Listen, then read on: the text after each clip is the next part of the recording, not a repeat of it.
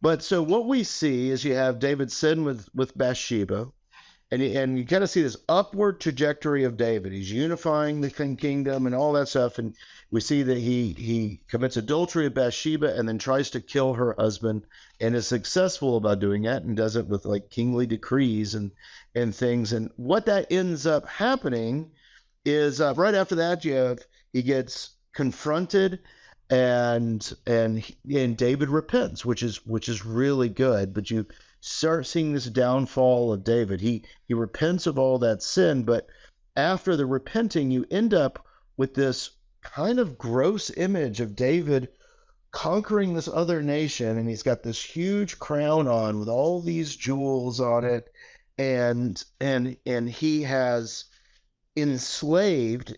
It doesn't really say that. It says forced labor in our we know that he's enslaved the people that he's conquered, and they're making bricks. That is code for something that, if you're familiar with the Old Testament and all that, something very specific. And it's like the authors are almost saying, like, David has positioned himself like a pharaoh, like this kind of big, ugly, nasty pharaoh, which that's no good in these stories here. And then right after that, remember, there's that really ugly story about the rape of Tamar. Really ugly story about that. And I think that's kind of meant to churn our stomachs. And it seems like David now is just conflicted, and he doesn't really do anything about it, which then activates Absalom. So we're seeing this David slide now. Absalom now is going around, and we end our reading last week with him going up to other towns and all of that stuff, and he's like, oh, the king isn't doing anything for you, like, I can solve your problems.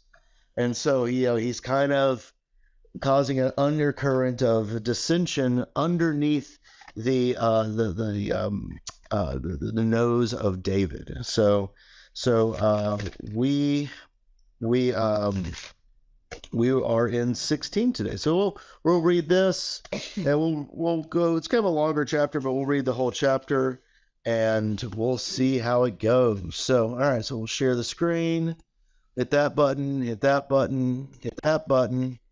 And guys online, tell me if there's a bad echo or anything after a couple seconds. When David was a little past the top of the mountain, there was Ziba, the servant of Mephibosheth, who met him with a couple of saddled donkeys, and on them 200 loaves of bread, 100 clusters of raisins, 100 summer fruits, and a skin of wine.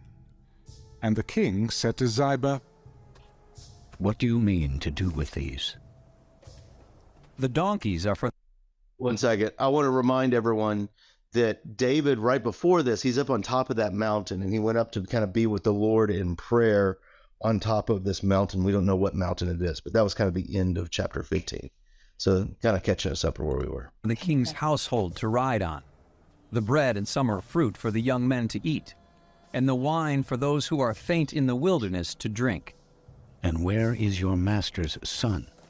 "Indeed, he is staying in Jerusalem, for he said, 'Today the house of Israel will restore the kingdom of my father to me.'" "Here, all that belongs to Mephibosheth is yours." "I humbly bow before you, that I may find favor in your sight, my lord, O king." Now when King David came to Bahurim, there was a man from the family of the house of Saul, whose name was Shimei, the son of Gera, coming from there. He came out cursing continuously as he came, and he threw stones at David and at all the servants of King David. And all the people and all the mighty men were on his right hand and on his left. Also Shimei said thus when he cursed, Come out, you bloodthirsty man, you rogue! The Lord has brought upon you all the blood of the house of Saul, in whose place you have reigned, and the Lord has delivered the kingdom into the hand of Absalom, your son. So now you are caught in your own evil, because you are a bloodthirsty man." Then Abishai, the son of Zeruiah, said to the king, Why should this dead dog curse my lord the king? Please, let me go over and take off his head. What have I to do with you, you sons of Zeruiah? So let him curse, because the Lord has said to him, Curse David. Who then shall say, Why have you done so? See how my son, who came from my own body, seeks my life. How much more now may this Benjamite? Let him alone, and let him curse, for so the Lord has ordered him. It may be that the Lord will look on my affliction, and that the Lord will repay me with good for his cursing this day. And as David and his men went along the road, Shimei went along the hillside opposite him, and cursed as he went, threw stones at him, and kicked up dust. Now the king and all the people who were with him became weary, so they refreshed themselves there. Meanwhile, Absalom and all the people, the men of Israel, came to Jerusalem, and Ahithophel was with him. And so it was, when Hushai the Archite, David's friend, came to Absalom, that Hushai said to Absalom, Long live the king! Long live the king! So Absalom said to Hushai, Is this your loyalty to your friend? Why did you not go with your friend? No, but whom the Lord and this people and all the men of Israel choose, his I will be, and with him I will remain. Furthermore, whom should I serve? Should I not serve in the presence of his son? As I have served in your father's presence, so will I be in your presence. Then Absalom said to Ahithophel, Give advice as to what we should do. Go into your father's concubines, whom he has left to keep the house, and all Israel will hear that you are abhorred by your father. Then the hands of all who are with you will be strong. So they pitched a tent for Absalom on the top of the house. And Absalom went in to his father's concubines in the sight of all Israel. Now the advice of Ahithophel, which he gave in those days, was as if one had inquired at the oracle of God. So was all the advice of Ahithophel, both with David and with Absalom. Okay, there's the end of that one. Again, more cheery stories. This book is gonna end. Yeah, like that's. All right. So what kind of stood out to you there? The end of the chapter where God's message to David came true after him stealing Bathsheba, and he said, all of your wives will be sleeping with other men, and it'll be in the presence of everybody. Oh, yeah. So like that thing what Absalom is doing is kind of making that come true. Right. Yeah, that's a good connection. We'll probably use that later on in another figure. Yeah, that's a good. It's almost like David knew what he was doing. I don't understand why he left 10. He left 10? What do you mean? 10 concubines. Oh, the concubines? Like that's, well, in 10, remember, like we talk a lot about numbers around here. Like that 10 kind of has a sense of like, not all or completeness, but it's like, I really like to look at 10s as like exclamation points. Yeah. Type of idea that when you see that, it has this idea of all incompleteness, but it's not as strong as like 7. And so like the 10 is, like there's, a lot like his concubines said that, like that's kind of a big thing with that 10 there. So that's good. That's a good case. What else did we notice here? Throwing stones. The throwing stones. Now, Yeah. what did you get from that? What did you think of that? Well, my first thought when I heard stones is, isn't that what David did to Goliath? Yeah, yeah, yeah. It's that kind of went like I went there too. I didn't go too much farther than into that, but I don't know. Did you go any farther than that with it? Well, the other possibility again is the old when a woman is taken out and stoned. Yeah, yeah, And, yeah. For you know, for adultery. Yeah, I was wondering if it was a play on that. It could be like it's definitely like so. Stoning people in that day was fairly common. A well-known practice. I mean, we see it with Jesus. We see it, with all these things. But there is, that idea of David using stones, stoning people for things like adultery and all that. I think that's in the Levitical law that how you're supposed to deal with that. I can't remember off the top of my head. But this is all stuff that could be happening there. This guy definitely does not respect David, and what I think is interesting too about from all this is, let's see, that's verse 8. Like the Lord has brought upon you all the blood of the house of Saul, in whose place you've reigned. And the Lord has delivered the kingdom into your hand, in the hand of Absalom, your son.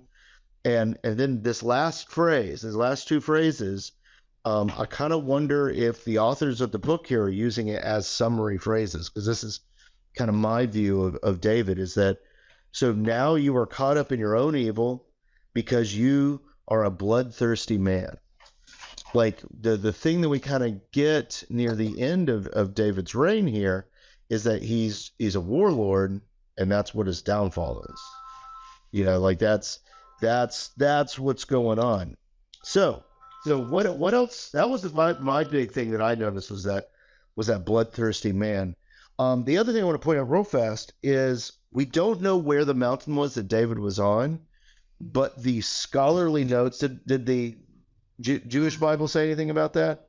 Mine's on my coffee table at home right now. Yeah. No, not that I saw. So this, I remember. yeah. So this Bible says that it was one suggestion is the town of Nob, which is the priestly town that was destroyed in the massacre of Saul. So we're actually this week's sermon on this. That's why it's hot on me right now. But he goes in and utterly destroys this priestly town, and destroys it, kills everything, but like he was told to do to the Amalekites and didn't. But he did it to his own priestly town because they gave David and his men some bread, and so like that's. But I thought that was kind of an interesting read to it, that David may have gone there to kind of remember, everything's kind of falling apart around himself. Did you notice anything else? The Bible that I'm using as a note about, it says, no way back. Absalom publicly slept with his father's concubines for political reasons. It made clear his claim to the throne. Oh yeah, yeah. The Israelites thought that the father and son would reconcile, but now they knew the breach was permanent. They had not. Yeah, and that is so we've been dealing a lot in the Samuels with this idea. There's a couple things that you can take claim away from a king back in the day. One of them is cutting off the hem of a cloak, kind of revealing the fabric there. The other is sleeping with someone else's wives, because you're basically saying like, hey, there's no claim to the throne. Like I have taken what is yours. It's kind of laying claim in those kind of classic like kingly claim there. So like these are ideas that are going across there. And so by Absalom doing that, he's kind of laying that claim over there. And it's obvious that Absalom is not trying to make nice with his father. There's no indication that Absalom has like an army behind him. Well, I think he does. I think he's got his men, and he's been assembling it. So, And the hide live in bush. 200. yeah. So What 200 is. So you also, when we looked at what we talked about 2 weeks ago, with him going into the towns and being like, if you got a problem, just talk to me. Yeah. You know, he's got these towns behind him now, and these cities, and those people are going to have people that are fighting for him, and so that's, and like, we got to remember too, like, it's just things operated differently back then. I think if you go into, you know, some of these newer, you know, medieval type of shows that kind of show how things, you know, it's like the fiefdoms and little things like that. You know, the kings are always working to make sure everyone is getting along so that he can maintain his kingdom, and Absalom is pushing away from that. So, yeah, in 1630, the Jewish Bible tries to say David, meanwhile, went up to the slope of Olives, meaning Mount of Olives. Okay. Yeah. That's, and so, which could be. I think we talked about that a little bit. That kind of sounded like where Jesus was, but I don't think we did anything with that, because it might just be hearsay, like this. It didn't strike me as meaning anything. Yeah. Especially with the Mount brackets. Yeah. Not knowing what I'm talking about. Yeah. I was still impressed by 16. how Absalom got his brand out there. He did a real good job in terms of connecting with others, showing that he could deliver, as it were. Yeah. And then he had, as someone suggests, he was gathering his support. They may not have been running off with sharp, pointy things immediately. Yeah. But at least he had established a constituency. Yeah. Yeah. And then you see what he does with it by like in full sight, like laying with all the concubines. Like that. Oh yeah. Same rooftop where Sheba. Yeah, like that. That's, you know, like there's similar language here. You can definitely tell that the authors are wanting you to see a pathway through all this darkness. And they refer to David as king a lot in this chapter, emphasizing he is still the king. Absalom's just trying to take it from him. Like, that's it. David is still the king, but that's because, like, that is, and we see this with how David deals with Saul. Like, Saul was still the anointed. David had not been anointed as king yet. And so, like, so until that goes away, you know, he's still anointed. But yeah, it's yeah. So there's all loyalty being questioned all around. Oh yeah. So we're definitely seeing that Absalom is acting in a way that is threatening, to say the least. All right, so let's go on to 17. Yeah, we'll do this whole chapter too. Anyway, hit that button. That one. All right, here we go. Moreover, Ahithophel said to Absalom, Now, let me choose 12,000 men, and I will arise and pursue David tonight. I will come upon him while he is weary and weak, and make him afraid. And all the people who are with him will flee, and I will strike only the king. Then I will bring back all the people to you. When all return except the man whom you seek, all the people will be at peace. And the saying pleased Absalom and all the elders of Israel. Then Absalom said, Now call Hushai the Archite also, and let us hear what he says too. And when Hushai came to Absalom, Absalom spoke to him. Ahithophel has spoken in this manner. Shall we do as he says? If not, speak up. The advice that Ahithophel has given is not good at this time. For you know your father and his men, that they are mighty men, and they are enraged in their minds like a bear robbed of her cubs in the field. And your father is a man of war, and will not camp with the people. Surely by now he is hidden in some pit or in some other place. And it will be, when some of them are overthrown at the first, that whoever hears it will say, there is a slaughter among the people who follow Absalom. And even he who is valiant, whose heart is like the heart of a lion, will melt completely.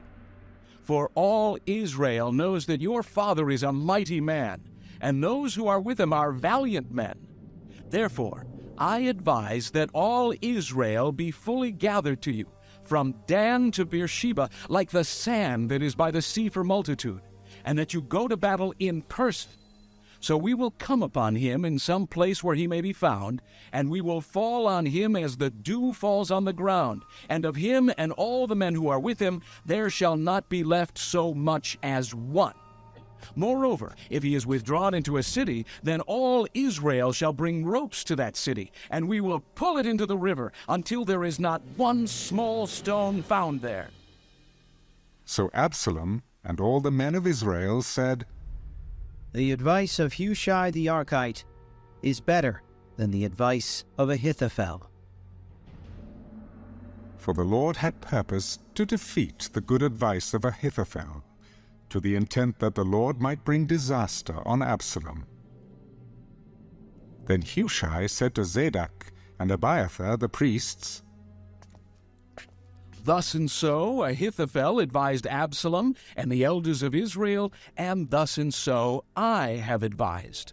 Now, therefore, send quickly and tell David, saying, Do not spend this night in the plains of the wilderness, but speedily cross over, lest the king and all the people who are with him be swallowed up. Now Jonathan and Ahimaaz stayed at En-Rogel, for they dared not be seen coming into the city. So a female servant would come and tell them, and they would go and tell King David. Nevertheless, a lad saw them and told Absalom. But both of them went away quickly and came to a man's house in Bahurim, who had a well in his court, and they went down into it. Then the woman took and spread a covering over the well's mouth, and spread ground grain on it, and the thing was not known. And when Absalom's servants came to the woman of the house, they said, Where are Ahimaaz and Jonathan? They have gone over the water brook. And when they had searched and could not find them, they returned to Jerusalem. Now it came to pass, after they had departed, that they came up out of the well, and went and told King David. Arise and cross over the water quickly, for thus has Ahithophel advised against you. So David and all the people who were with him arose and crossed over the Jordan. By morning light, not one of them was left who had not gone over the Jordan. Now when Ahithophel saw that his advice was not followed, he saddled a donkey and arose and went home to his house, to his city. Then he put his household in order and hanged himself and died, and he was buried in his father's tomb. Then David went to Mahanaim, and Absalom crossed over the Jordan, he and all the men of Israel with him. And Absalom made Amasa captain of the army instead of Joab. This Amasa was the son of a man whose name was Jithra, an Israelite, who had gone in to Abigail, the daughter of Nahash, sister of Zeruiah, Joab's mother. So Israel and Absalom encamped in the land of Gilead. Now it happened, when David had come to Mahanaim, that Shobai, the son of Nahash from Rabbah, of the people of Ammon, Machir, the son of Amiel from Lo-debar, and Barzillai, the Gileadite, from Rogelim, brought beds and basins, earthen vessels and wheat, barley and flour, parched grain and beans, lentils and parched seeds, honey and curds, sheep and cheese of the herd, for David and the people who were with him to eat. For they said, "The people are hungry and weary and thirsty in the wilderness." Okay. And David All right. I had kind of a hard time following that chapter, but we'll see. We'll see how we're doing. Hi, Steve. It's good to see you. Hi, sorry I'm late. Forgot what time it was. Oh, you're fine. You're fine. All right. So, if I had hung myself every time my clients didn't follow my advice. like that's, and I think we're seeing that because like there's a lot writing, and you can see Ahithophel, like that's. I think he's trying to ride that line between the two, like there was a couple. It seems like everyone who has done that has tried to be like, all right, let's see who wins, and they're offering advice to both sides. It doesn't seem like it's going too well for anyone in these stories that it's like this. So all right. So yeah, what kind of stood out to you in this chapter? What kind of stood out to you? Right off the bat, the 12,000 men that he wanted to take out. Oh, yeah. 12 tribes. Yeah. That's an important number. That's an important number. 12,000. Like, and again, like I think like tens, like when you see those numbers hitting are like exclamation points. So he's got 12,000 and 12 tribes of Israel, and you got a bunch of exclamation points at the end of that. Like look at this army that Absalom suddenly has. Yeah, it's looking very complete. Like or could have. And again I stress, so the 12 in that, whenever you see 12, it's kind of talking about all of God's people. You know, again, these are emojis. This isn't over here. But you see that play in Revelation. You always hear about like the 144,000. What's 12 times 12? Yeah. And over there, so 12 tribes of all the people in the Old Testament, and then the 12 disciples. All the people in the New Testament, it's like everybody. And so like that's like you start thinking about numbers like that, and you're like, oh, okay. Like, and again, it's like emojis. I like that emojis language when we talk about all this stuff. So at least it makes sense in my head. We'll see. We'll see what actually is going on. But all right. So what else? So yeah, the 12,000. The 12,000 comes up, and that's Ahithophel is language. And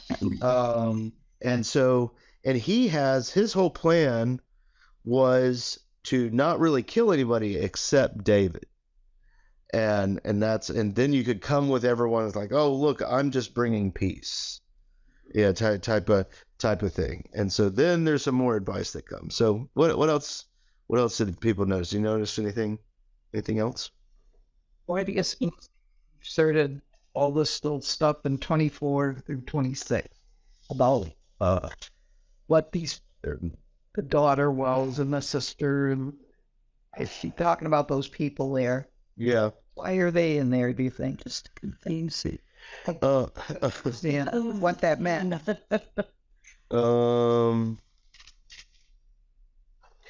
I have a feeling, so I look at these again, like these are probably important people that we don't know are important, and they're kind of marking that these families were there.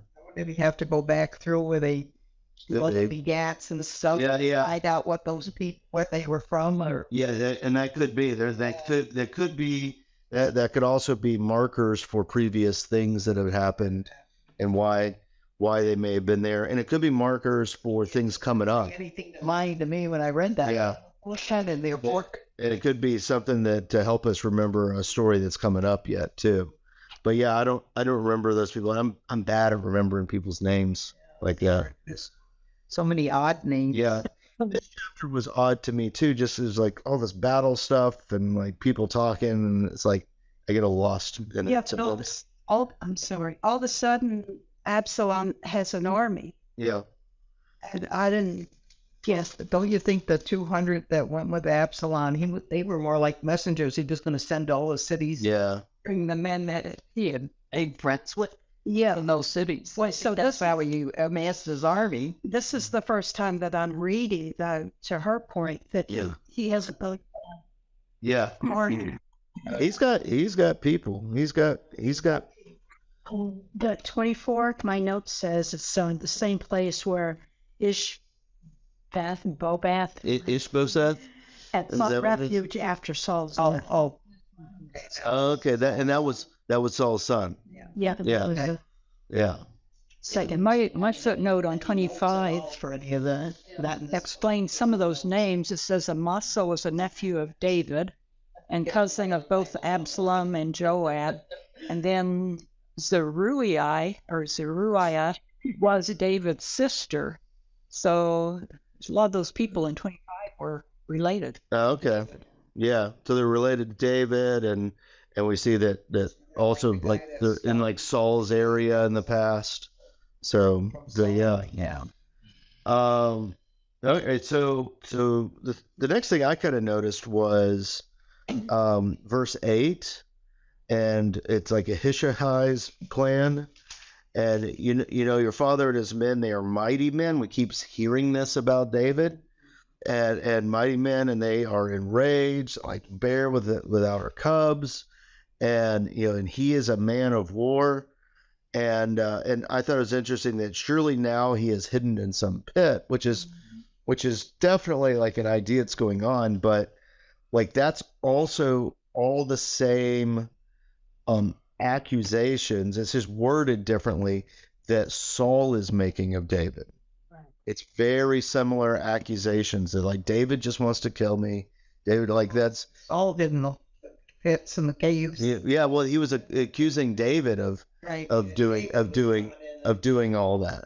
That he was hiding in the pits and the caves and all those things. I'm just hot on that right now because again, that's sermon this week, but I was just like, oh, that kind of sounds familiar. That it sounds kind of what Saul was saying that David was doing. So he's really doing what Absalom is really doing what Ahithophel was helping him to do, but in a different way. He's going to carry out the demise. Yeah, it seems like he's really. But he's still gathering an army. Yeah, he's still gathering army, but it doesn't really take the advice to do it quietly and just kill David. And so he's like, no, we're going to take this over because that's the only way, which is probably the smart thing to do. And it even says, it has some odd wording. Where was that? I didn't underline it, but it says at one point that the Lord had planned to thwart that plan, Ahithophel's plan. That's. Did you say something, Lee? No, I'm just saying, that he. Oh, okay. I'm looking for the line. Yeah, and so that. But verse 14 is where that is. Sorry. Yeah. I had to make up for lost time. But the second clan, I'm not going to try to name the names. The guy told Absalom he's going to be hidden, right? Yeah. He'll be alone. Well, and that's and we see that that Hushai or whatever his name is, like that he's playing those games where everything is either pro David or against David, or he's playing the middle games too. Like all these people are just searching for power, and they're just trying to be on top of whatever heap is left, after all these things, and that's, I think, as we look in these documents and in here, that's I think it's good storytelling for us today. That it's like don't worry about being on top of the right heap all the time. It'll kind of go against you. I do think it's interesting there at the end of this one is that guy feeds David and all of his all of his men there. And so I think that's important as we go into chapter 18 here. So is there anyone have anything else on? Pastor, isn't Hushai nothing more than a pawn of David's? Because David, back in 15, David tells him, go into the city and play like you're absolutely like a spy, for that. Yeah. Okay. Yeah, and I remember that. Yeah. Let's see here. What was that guy? 34:15. Oh, chapter 15? Yeah. Yeah, chapter 15, 34. 15 led into like oddity stuff. Yeah. So like that's I'll leave it. Yeah. That's a good catch. Yeah. Hushai, the priest. Hushai. What was it called? Here, hold on. Yeah, what? That was in that same chapter, 15. Yeah. That says, what's his name? Fishy or whatever. Yeah. He's going to tell the priests and the priests were still up on David's side, and they were going to match David anything they could. Yeah. Okay. That's a good catch. Yeah. My footnotes on Hushai said, they call him David's friend, but it says that seems to be an official title for the king's most trusted advisor. It says where the Hebrew for king's friend is translated personal advisor to the king. Okay. So he was probably kind of like so a little bit closest person. So a friend, but like not like an acquaintance. Right. Yeah. So like that's okay. Ally. Yeah, an ally. All right, no, that's a good catch. So like David's men are David is in control here, but it's a little touch and go. So all right, so let's do 18. Chapter 18. This is the interesting one. It's setting up for this chapter. Numbered the people who were with him, and set captains of thousands and captains of hundreds over them. Then David sent out 1/3 of the people under the hand of Joab, 1/3 under the hand of Abishai, the son of Zeruiah, Joab's brother, and 1/3 under the hand of Ittai, the Gittite. I also will surely go out with you myself. But the people answered, You shall not go out. For if we flee away, they will not care about us, nor if half of us die will they care about us. But you are worth 10,000 of us now, for you are now more help to us in the city. Whatever seems best to you, I will do. So the king stood beside the gate, and all the people went out by hundreds and by thousands. Now the king had commanded Joab, Abishai, and Ittai, Deal gently, for my sake, with the young man Absalom. And all the people heard when the king gave all the captains orders concerning Absalom. So the people went out into the field of battle against Israel, and the battle was in the woods of Ephraim. The people of Israel were overthrown before the servants of David, and a great slaughter of 20,000 took place there that day.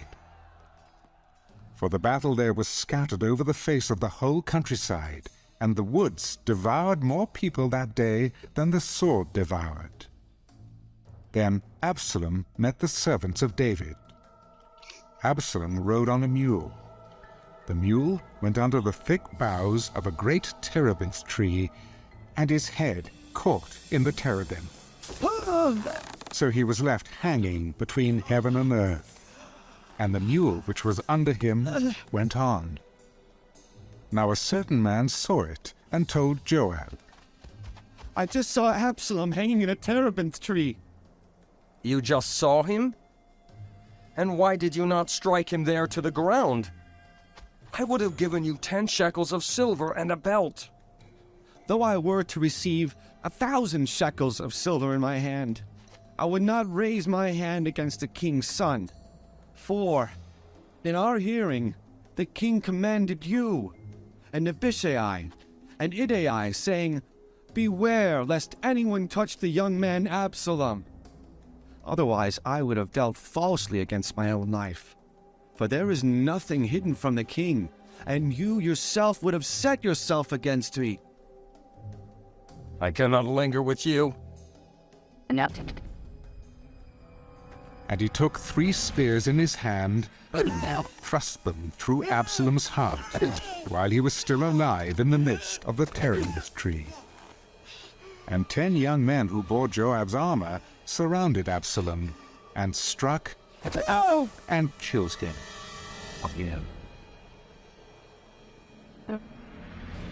So Joab blew the trumpet, and the people returned from pursuing Israel. For Joab held back the people, and they took Absalom and cast him into a large pit in the wood, and made a very large heap of stones over him.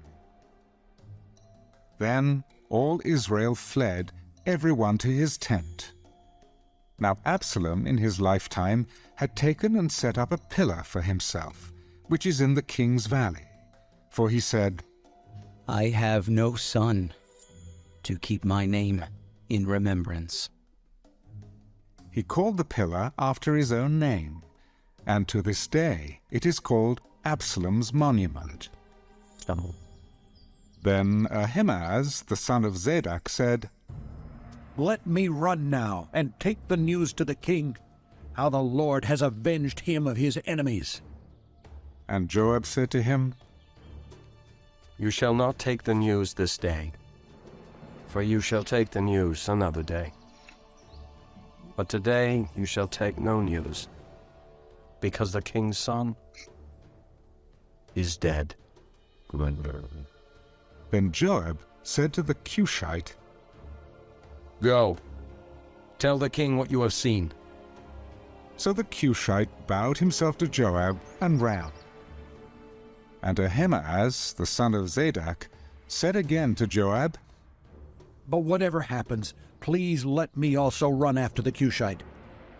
Why will you run, my son, since you have no news ready? But whatever happens, let me run. Run. Then Ahimaaz ran by way of the plain, and outran the Cushite. Now David was sitting between the 2 gates. And the watchman went up to the roof over the gate, to the wall, lifted his eyes and looked, and there was a man running alone. Then the watchman cried out and told the king.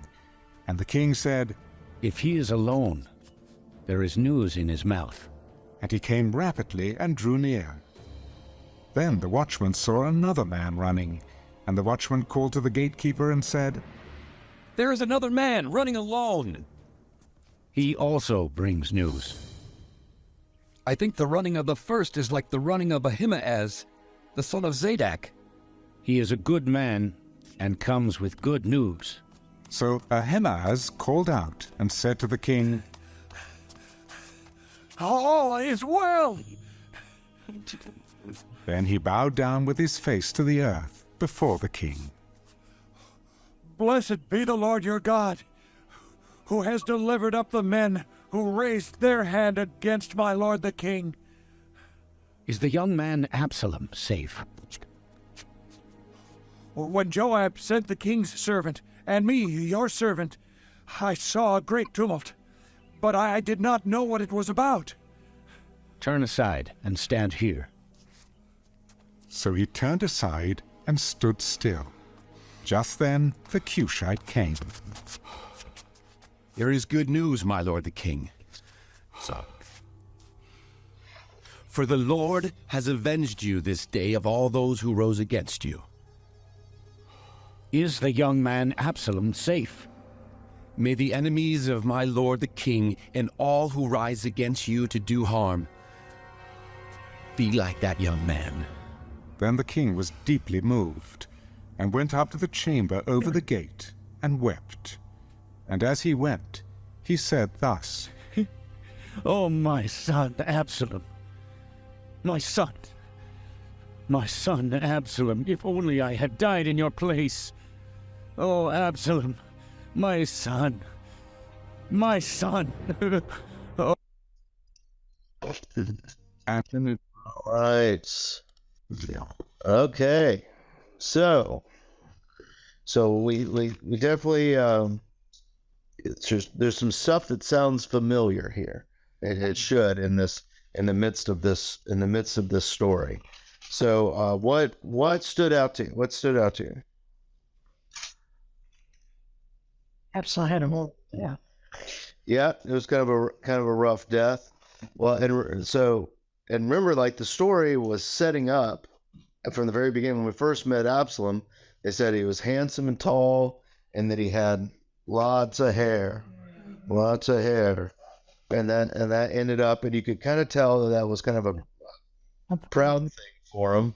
Like we were even like maybe he was getting compared to Samson, like all that stuff, and the hair ended up being kind of his downfall.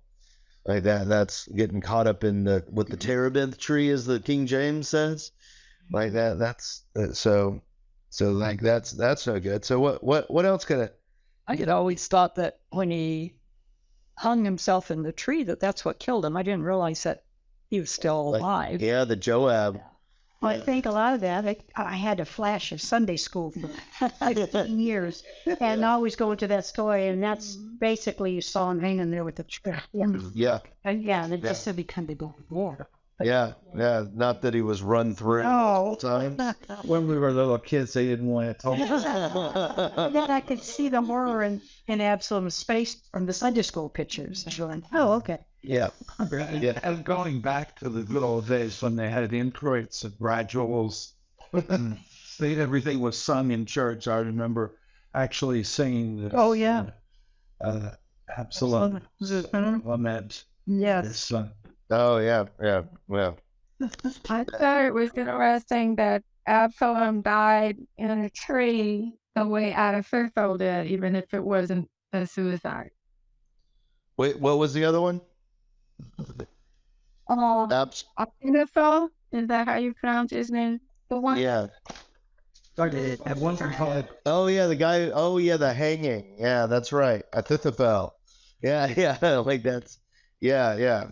No, that's well, and it's interesting that is right before this story. Like that. Yeah. All right.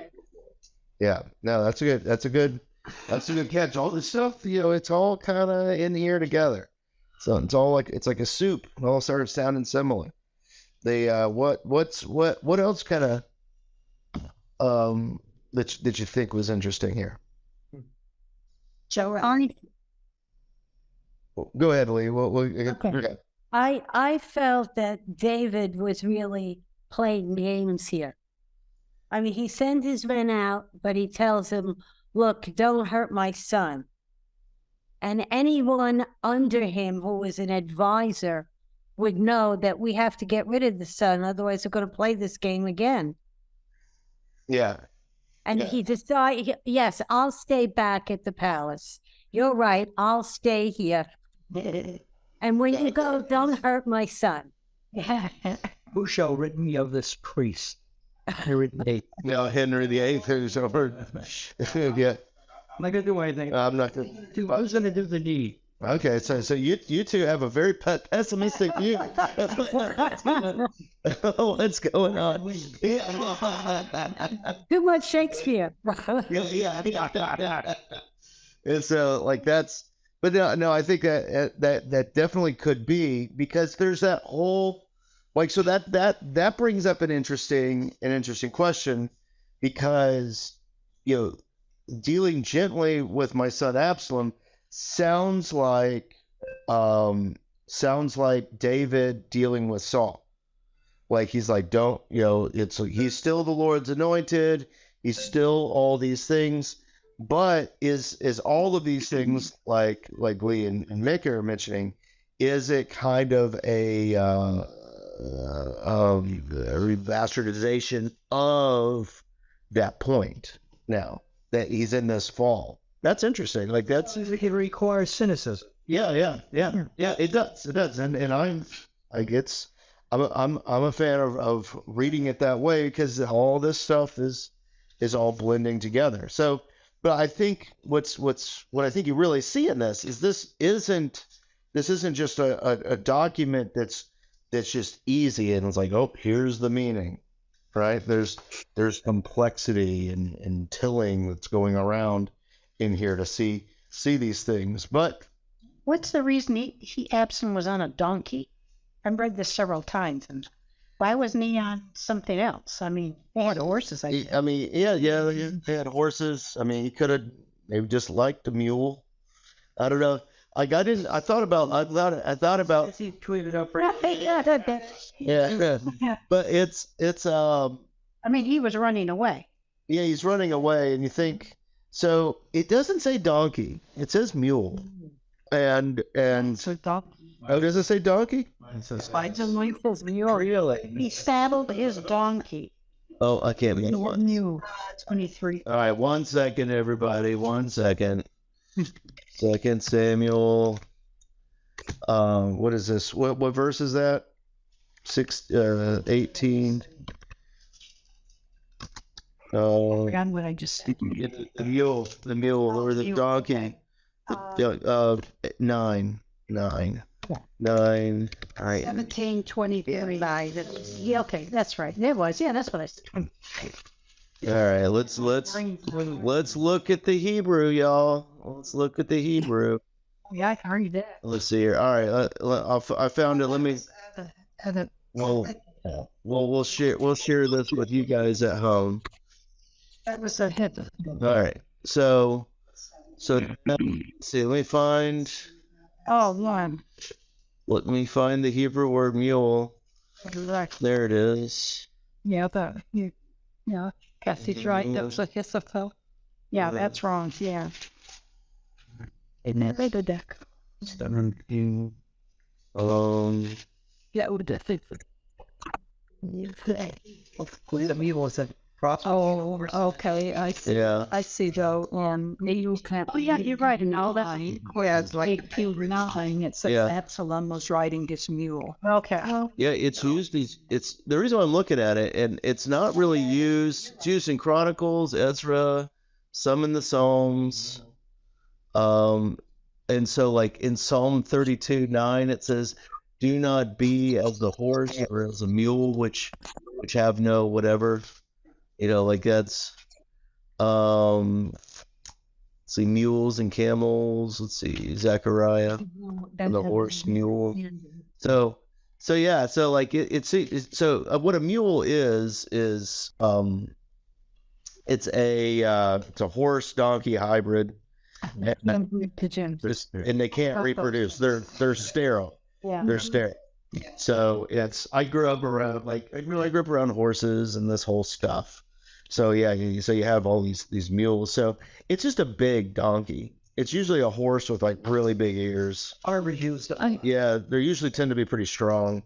I have a footnote, and that refers back to 1329, or refers to a footnote at 1329. It says apparently the normal mount for royalty in David's kingdom was a mule. Really? Wow. Well, and so yeah, that's interesting. That's interesting. That's Jesus come on. Yeah, Jesus in Jerusalem. It's not on a mule. It's on a donkey. On a donkey. Yeah. That's a donkey. It's not a mule though. So they are different. They are different. So well, the horses, the stallions. Yeah. The Arabian stallions. Yeah. Well, and those will play into Solomon. That's when you get there with going after the Egyptian horses and all of that. Like that's horses definitely a higher, more beloved animal than a mule or a donkey. They're also near a burro. I think they're in some ways more aggressive. That particular breed. Oh, like a mule. They use in Saudi Arabia, in the Middle East. They use the horses, in a different way, I teach than we think about. Yeah. They use them actually to conduct little battles. Yeah. And so maybe they wanted to be on the mules, so they were seeing more It's explainable, slower. I think it's what they had and all that stuff too. Like that's And you a know. jewel is tall. Yeah, it's tall. Easy to put his hair in. in the territory. Like so, let's see. So we see Joab is who kills him, right? So like that is Joab, right? Yeah. So like that's like yeah. Like that's, and we have seen this before, so we'll see what happens in the future. But remember the people that killed Saul, how David dealt with them. They thought they came in. It's like I killed Saul, and David didn't treat them well because of that. And so you see Absalom. So he has kind of the glory of all that, and his glory ends up being kind of his downfall. And I think that's kind of one of the big takeaways from this. Like, I mean, it purposely mentions his hair in the tree as his downfall. And so we have all this, but this is not going to end David's problems. But this is a big one. And so we can all guess, and you can read ahead if you want to, but we got to stop today of what happens in chapter 19 and following. We probably got another 2, maybe 3 weeks in this. Unless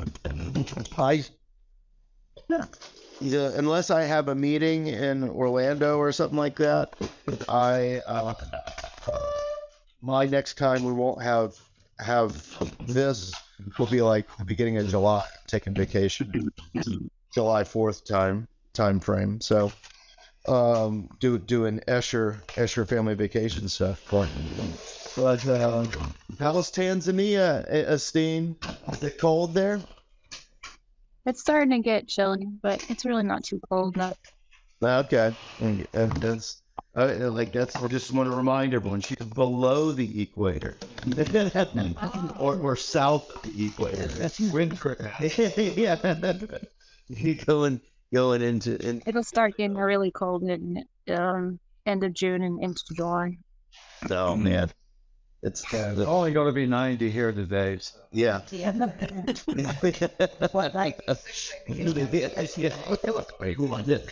Yeah, it's pretty warm. It's not raining either. It needs to rain.